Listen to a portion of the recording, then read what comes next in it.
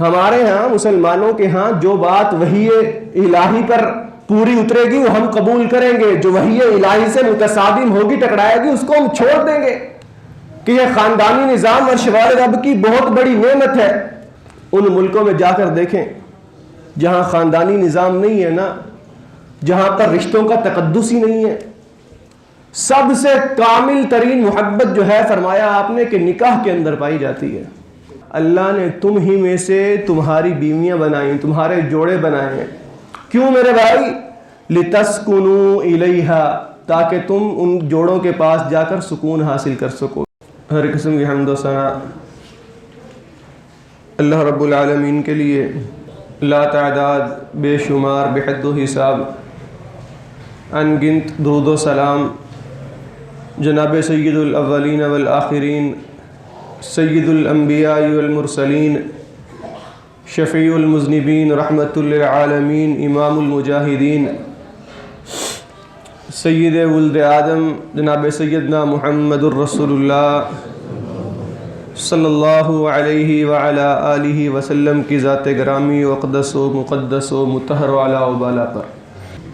دو تہذیبیں ہیں ہمارے ہاں، اسلامی تہذیب ہے،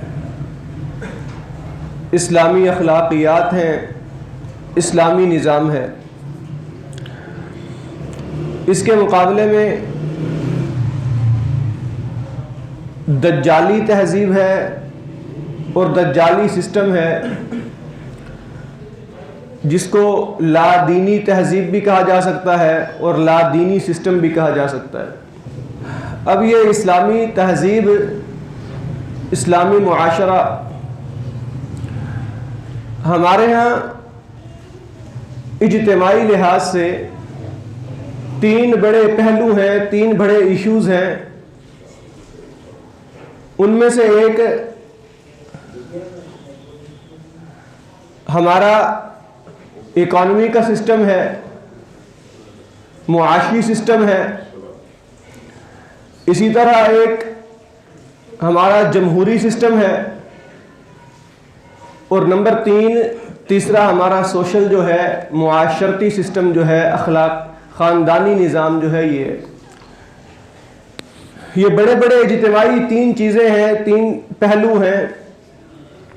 ان میں سے ایک پہلو کہ جو سیاسی پہلو ہے، اس میں ہمارے ہاں اسلامی ملکوں کے اندر بھی اور غیر اسلامی ملکوں کے اندر تو ویسے ہی جو دجالی تہذیب ہے، جو لا دینیت کے حامل لوگ ہیں، ان کی فکر، ان کی سوچ، ان کے نظریات جو ہیں وہی ہمارے اوپر مسلط ہیں۔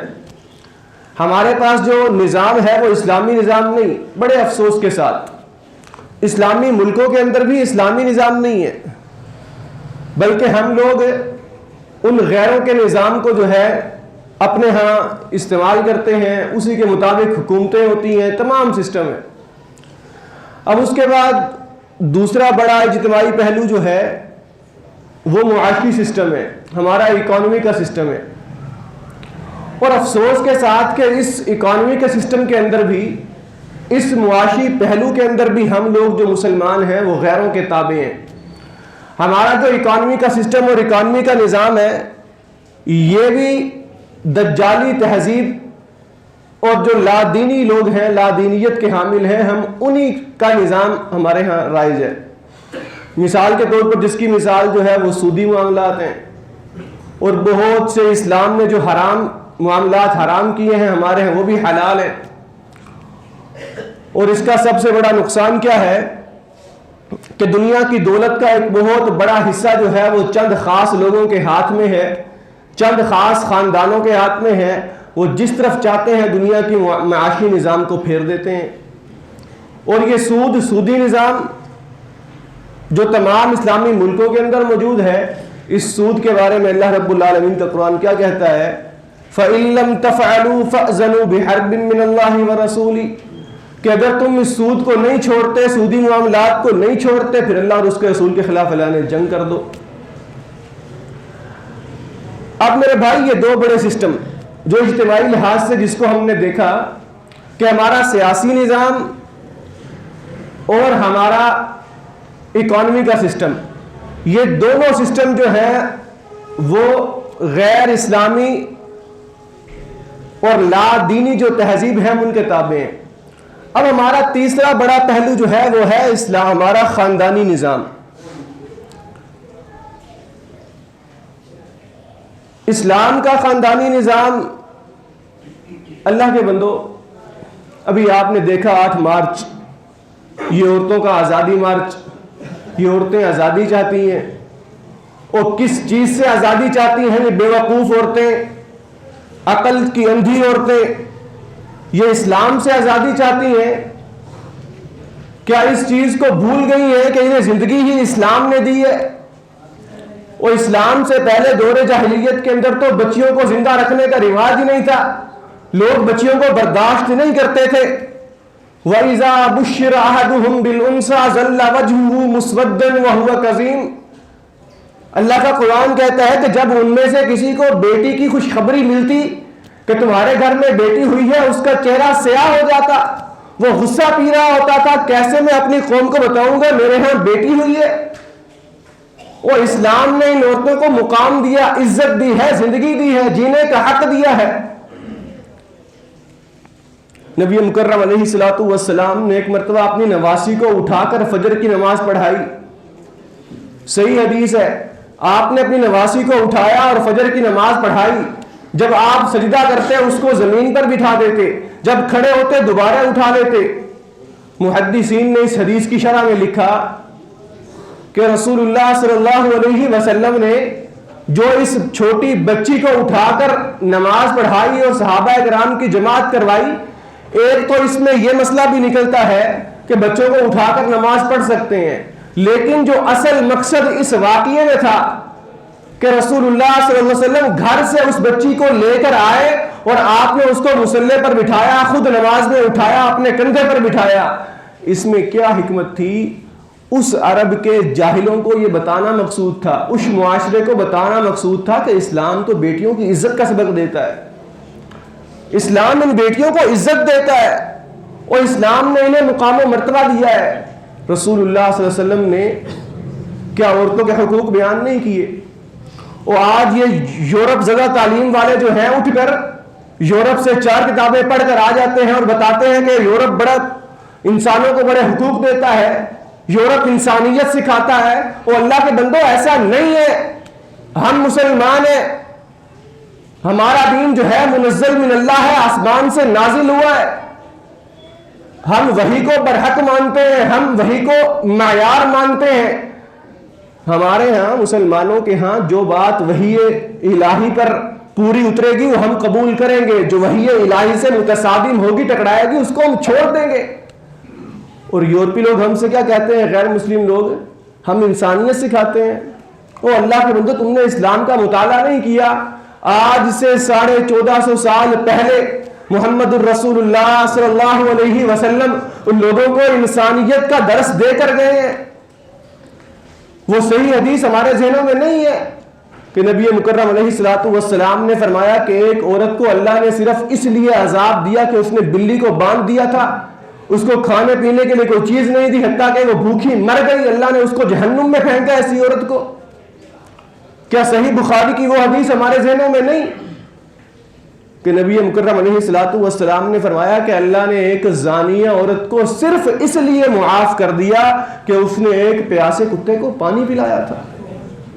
اور اسلام نے انسانیت حتیٰ کہ جانوروں کے حقوق بیان کیے ہیں۔ تو بہرحال میرے بھائیوں، ہمارا تیسرا بڑا جو مسئلہ ہے اجتماعی مسئلہ، خاندانی نظام۔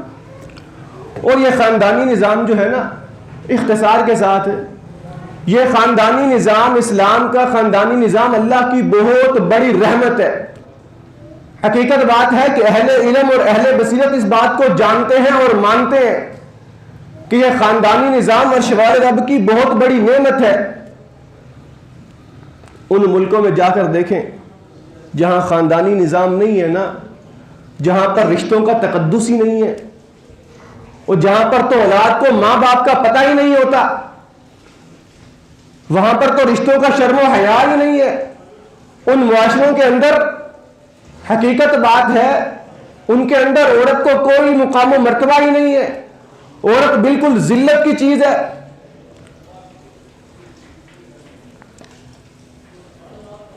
اور ہمارے ہاں ان عورتوں کو چند پیسے دے کر باہر نکالا گیا ہے، سڑکوں پر نکالا جاتا ہے، ہمارا میڈیا اس کے اندر انوالو ہے، بڑی بڑی این جی اوز اس کے اندر انوالو ہیں کہ عورتوں کو سڑکوں پر لاؤ، عورتوں کے منہ سے آزادی کے نعرے لگواؤ تاکہ خاندانی نظام کی دھجیاں اڑ جائیں، خاندانی نظام جو ہے ختم ہو جائے۔ جہاں پہلے سارے مسئلوں میں ہم غیروں کے تابع ہیں، غیروں کے پیچھے ان کے مقلد بنے ہوئے ہیں، اس نظام کو بھی ہم اپنے اندر سے ختم کر دیں۔ نہیں میرے بھائی، ایسا نہیں ہے۔ اسلام نے نا اس خاندانی نظام کو اللہ نے بڑے پیارے انداز میں قرآن مجید میں بیان کیا ہے۔ ایک مقام پر اللہ فرماتے ہیں وَمِنْ آيَاتِهِ أَنْ خَلَقَ لَكُم مِّنْ أَنفُسِكُمْ أَزْوَاجًا، لوگوں یہ اللہ کی نشانیوں میں سے ہے۔ یہ چھوٹی بات نہیں ہے، اللہ نے اس کو اپنی نشانیوں میں سے کہا ہے کہ وَمِنْ آيَاتِهِ، یہ اللہ کی نشانیوں میں سے ہے، أَنْ خَلَقَ لَكُم مِّنْ أَنفُسِكُمْ أَزْوَاجًا، اللہ نے تم ہی میں سے تمہاری بیویاں بنائیں، تمہارے جوڑے بنائے ہیں۔ کیوں میرے بھائی؟ لِتَسْكُنُوا إِلَيْهَا، تاکہ تم ان جوڑوں کے پاس جا کر سکون حاصل کر سکو، سکون لے سکو۔ وَجَعَلَ بَيْنَكُمْ مَوَدَّةً وَرَحْمَةً، اور اللہ نے تمہارے درمیان محبت اور رحمت رکھ دی ہے۔ اور محمد الرسول اللہ صلی اللہ علیہ وسلم کا فرمان ہے، آپ نے فرمایا کہ لوگوں، محبت کی سب سے اعلیٰ ترین قسم، سب سے کامل ترین محبت جو ہے، فرمایا آپ نے کہ نکاح کے اندر پائی جاتی ہے۔ نکاح میں اللہ نے طبعی محبت رکھی ہے۔ اور جو نکاح کے علاوہ کام ہوتے ہیں میرے بھائی، وہ تو گھروں کو اجاڑنے والے ہوتے ہیں، وہ نکاح سے گھر بنتے ہیں۔ اسی طرح ایک اور مقام پر اللہ کا قرآن یہ اعلان کرتا ہے، فرمایا ہن لباس لکم وانتم لباس لہن، یہ عورتیں تم مردوں کے لیے لباس ہیں اور مرد عورتوں کے لیے لباس ہیں۔ اس کا مطلب کیا ہے؟ لباس کس کو بولتے ہیں؟ اور انسان کا وہ کپڑا جو جسم کے ساتھ، جو انسان کی جلد کے ساتھ جڑا ہوا ہوتا ہے نا، چپکا ہوا ہوتا ہے، اس کو لباس بولتے ہیں۔ یعنی اللہ اس رشتے کے اندر اتنی زیادہ قربت رکھنا چاہتے ہیں، اللہ نے اتنے زیادہ قربت بتائی ہے اس رشتے کے اندر کہ لباس کی طرح ہے مرد و بیوی ایک دوسرے کے لیے۔ اسی طرح اللہ رب العالمین نے قرآن مجید میں ایک مقام پر کئی رشتے گنوائے، فرمایا کہ لیس علی الاعمى حرج ولا علی الاعرج حرج ولا علی المریض حرج، کسی نابینا آدمی پر کوئی حرج نہیں ہے، نہ کسی لنگڑے پر کوئی حرج ہے، نہ کسی مریض پر کوئی حرج ہے، ولا علی انفسکم، نہ ہی عام لوگوں پر کوئی حرج ہے۔ کس میں؟ ان تأکلوا من بیوتکم، یہ کہ تم اپنے گھروں سے کھانا کھاؤ، او بیوت آبائکم، یا اپنے باپوں کے گھروں سے کھانا کھاؤ، او بیوت امہاتکم، یا اپنی ماؤں کے گھروں سے کھانا کھاؤ، او بیوت اخوانکم، یا اپنے بھائیوں کے گھروں سے کھانا کھاؤ، او بیوت اخواتکم، یا اپنی بہنوں کے گھروں سے کھانا کھاؤ، او بیوت اعمامکم، یا اپنے چچاؤں کے گھروں سے کھانا کھاؤ، او بیوت عماتکم، یا اپنے پھپھوں کے پاس سے کھانا کھاؤ، او بیوت اخوالکم، یا اپنے ماموں کے پاس ان کے گھروں سے کھانا کھاؤ، او بیوت خالاتکم، یا اپنی خالاؤں کے گھروں سے کھانا کھاؤ، او ما ملکتم مفاتحہ، یا جن گھروں کی چابیاں تمہارے پاس ہے تم ان گھروں سے کھانا کھا سکتے ہو، اس میں کوئی حرج نہیں ہے۔ میرے بھائی، اللہ کے بندو، اس آیت میں اللہ رب العالمین نے کتنے رشتے گنوا دیے ہیں، کتنے رشتے بنوائے ہیں، اور یہ سارے کے سارے رشتے میرے بھائی کس نظام میں ہوتے ہیں؟ نکاح، رحم۔ جب انسان رحم کے رشتوں کی قدر کرے گا تبھی یہ رشتے بنتے ہیں۔ اور اللہ معاف کرے، ہمارے ہاں یہ بے حیائی اور فحاشی جو ہے، یہ آزادی مارچ کے نام سے ہر سال اس میں اضافہ ہوتا ہے، ہر سال یہ چند سٹیپ آگے ہی جاتے ہیں، اور یہ کوئی آج کی بات نہیں ہے، کوئی چھوٹی موٹی بات نہیں ہے، اور اس کے پیچھے پوری لمبی گیم ہے، کئی صدیوں کی گیم ہے اس کے پیچھے۔ اور اصل میں پتہ ہے اس سے مقصد کیا ہے؟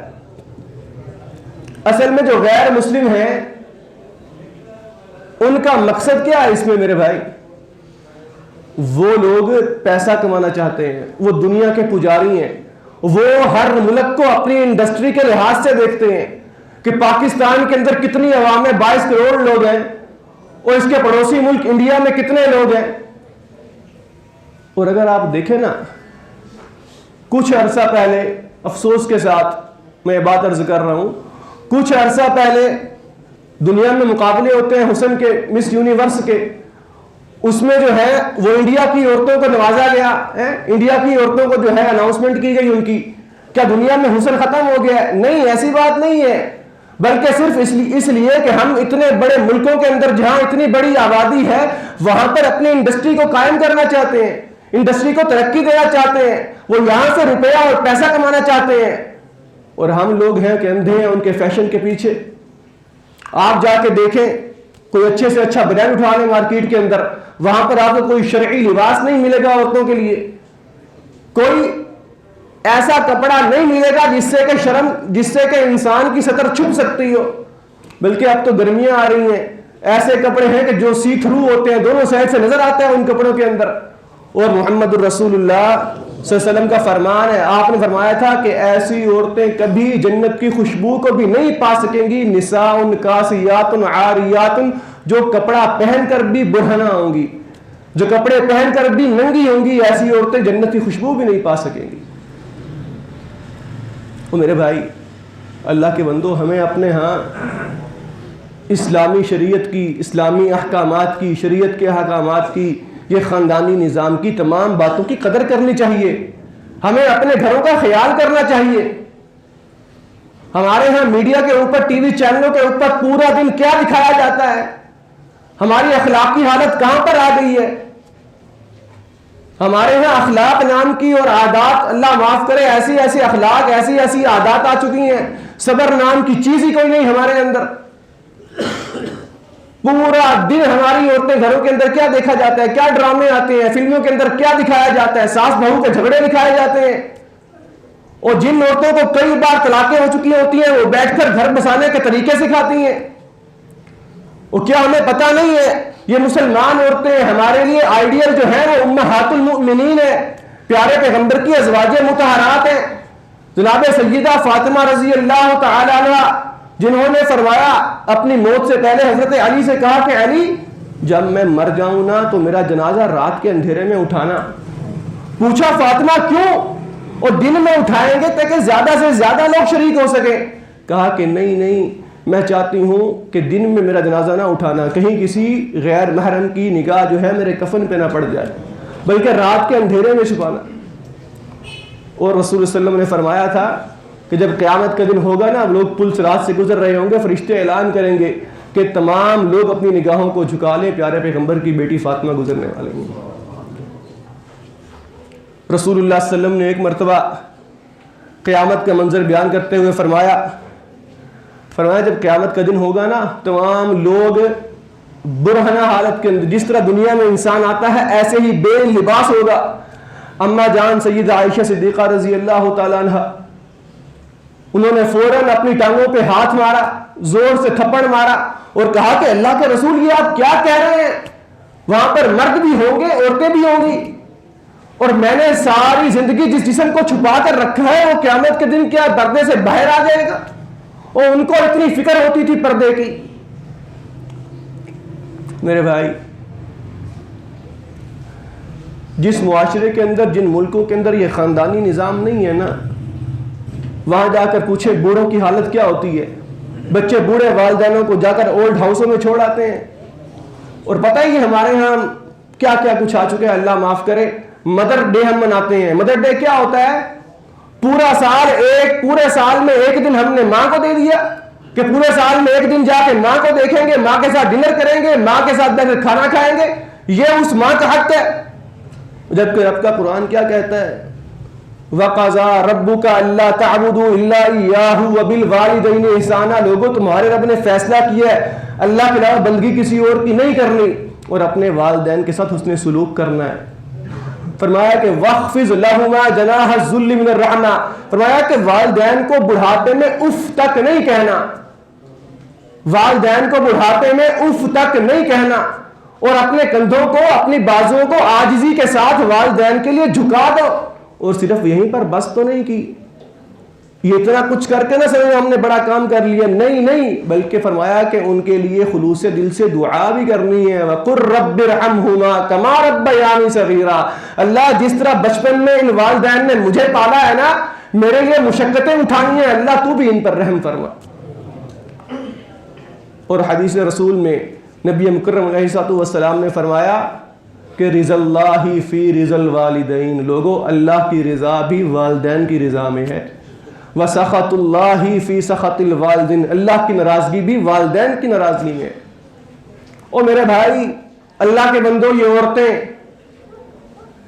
میں اپنی ماؤں بہنوں سے کہنا چاہوں گا، تمام لوگوں سے کہوں گا، اور ہمارا اسلامی نظام اس عورت کو پردے میں رکھتا ہے. عورت کا کام پردے سے باہر آنا نہیں ہے، عورت کا کام مرد کی برابری نہیں ہے. الرجال قوامون علی النساء، اللہ نے مردوں کو عورتوں پر فوقیت دی ہے. اور ایک سوال کرنے والے نے سوال کیا،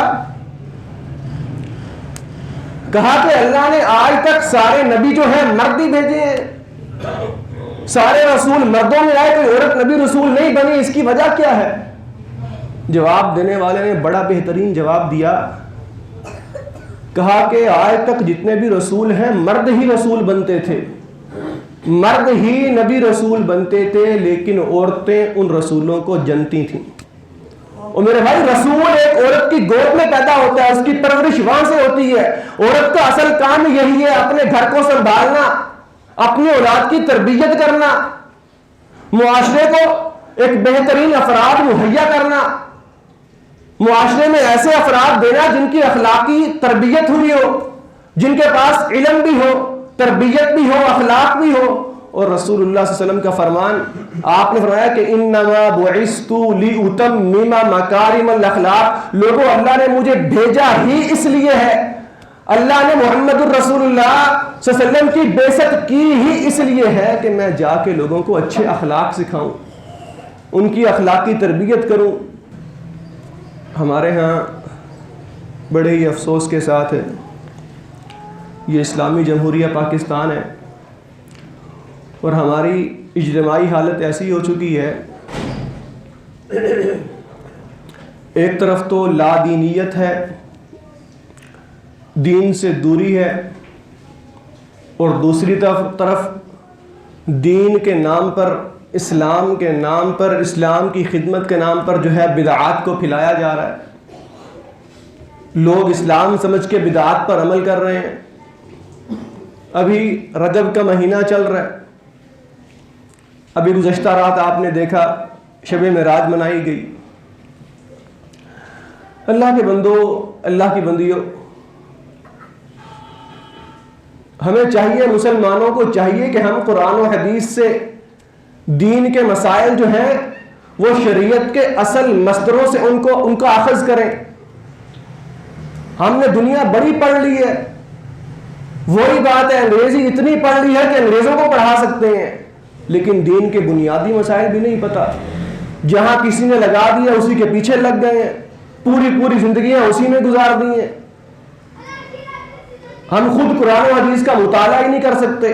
وہ کیا اللہ نے قرآن مجید جو اتنی اعلیٰ ترین کتاب اللہ نے اتاری ہے، صرف اس لیے اتاری ہے کہ لوگ خالی اس کو بغیر سمجھ کے پڑھتے جائیں، لوگ اس کے تعویذ بنا لیں، اس کو گھول کے پانی کے اندر پئیں، اس لیے اللہ نے قرآن کو اتارا ہے؟ اور یہ لوگوں کی ہدایت کا ذریعہ ہے. ہدایت کیسے ملے گی؟ اس قرآن سے، اس کو پڑھنے سے، سمجھنے سے، عمل کرنے سے. اب شب معراج، اللہ کے بندو، حافظ ابن حجر رحمہ اللہ تعالی نے واقعہ معراج جو ہے محمد الرسول اللہ صلی اللہ علیہ وسلم کو، ہمارا ایمان ہے، تمام مسلمانوں کا ایمان ہے، متفقہ عقیدہ ہے کہ اللہ نے اپنے پیارے حبیب کو آسمانوں پر بلایا، اللہ نے آسمانوں کی سیر کروائی، آپ کو واقعہ معراج ہوا، اللہ سے ملاقات بھی ہوئی، جنت اور جہنم کے نظارے بھی ہوئے، پیارے پیغمبر نے تمام چیزیں دیکھی. ہمارا ایمان ہے، اس سے کوئی انکاری نہیں ہے. جو انکار کرتا ہے وہ اپنے ایمان سے نکل جاتا ہے. لیکن یہ معراج کس تاریخ کو ہوا، کب ہوا، اس کے بارے میں علماء میں کثیر اختلاف ہے. اور حافظ ابن حجر رحمہ اللہ نے فتح الباری میں 10 سے زیادہ اقوال بیان کیے ہیں، یعنی معراج کی تاریخ میں 10 سے زیادہ قول بیان کیے. کسی نے کہا کب ہوا، کسی نے کہا کب ہوا، اور اس میں سے ایک قول یہ ہے کہ 27ویں رجب کو ہوا، ایک قول یہ ہے کہ 27ویں رجب کو ہوا. لیکن اس قول کو بیان کرنے کے بعد حافظ ابن حجر رحمہ اللہ فرماتے ہیں کہ یہ قول صحیح معلوم نہیں ہوتا، یہ قول اقرب الی الصواب معلوم نہیں ہوتا، بلکہ جو قول زیادہ صحیح معلوم ہوتا ہے وہ یہ ہے کہ پیارے پیغمبر کو معراج ربیع الاول کے مہینے میں ہوا اور ہجرت سے پہلے ہوا.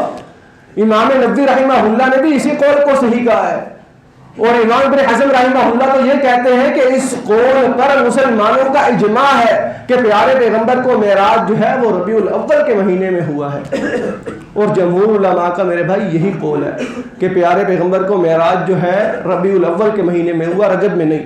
بہرحال اگر یہ مان بھی لیں کہ پیارے پیغمبر کو معراج رجب کے مہینے میں ہوا، 27 تاریخ کو ہوا، اگر مان بھی لیں بالفرض، تو میرے بھائی شب معراج منانا یہ کہاں سے ثابت ہے؟ اور دین اسلام کا مطلب یہ تو نہیں کہ ہم آزاد ہیں، جو دل میں آئے گا وہ کریں گے، نہیں.